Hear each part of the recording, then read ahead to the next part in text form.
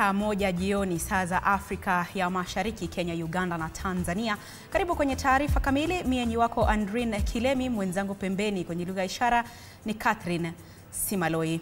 Kiongozi wa kanisa Katoliki Papa Francis amefariki. Habari za kifo chake zimetangazwa na makao makuu ya kanisa hilo Vatican hii leo, ikitaja kuwa Papa Francis mwenye umri wa miaka 88 alifariki mwendo wa saa 1 na dakika 45 asubuhi hii leo.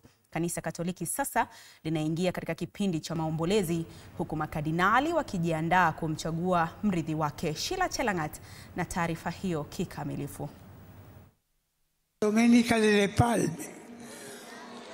Papa Francis, papa wa kwanza kutoka Amerika ya Kusini ambaye amekuwa mkuu wa kanisa Katoliki, amefariki dunia akiwa na umri wa miaka 88.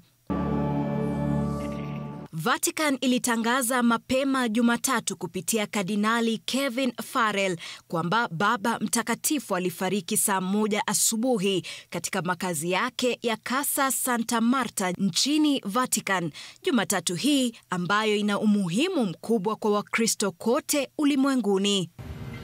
Mnamo Februari mwaka huu, Papa Francis alilazwa hospitalini kwa ugonjwa wa bronchitis ambao ulizidi kuwa pneumonia.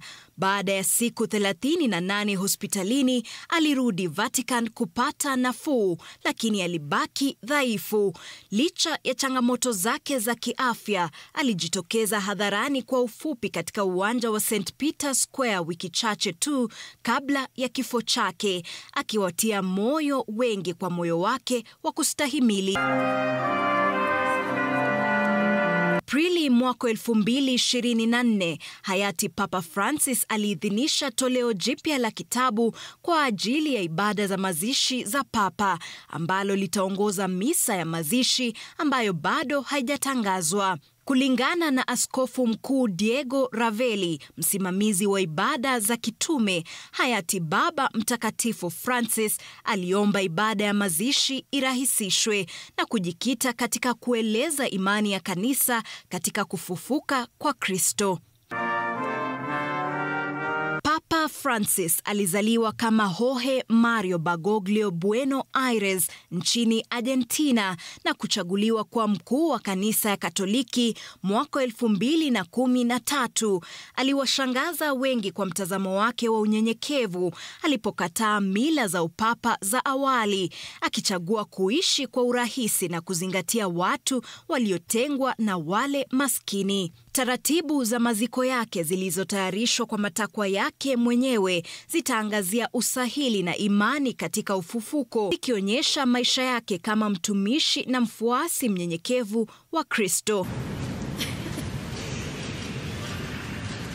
Kanisa Katoliki sasa linaingia katika kipindi cha maombolezo, huku makardinali wakijiandaa kumchagua mrithi wake ambaye anatarajiwa kuendeleza urithi wa kimaendeleo ambao Francis aliutetea. Sheila Chelangat, runinga ya TV 47.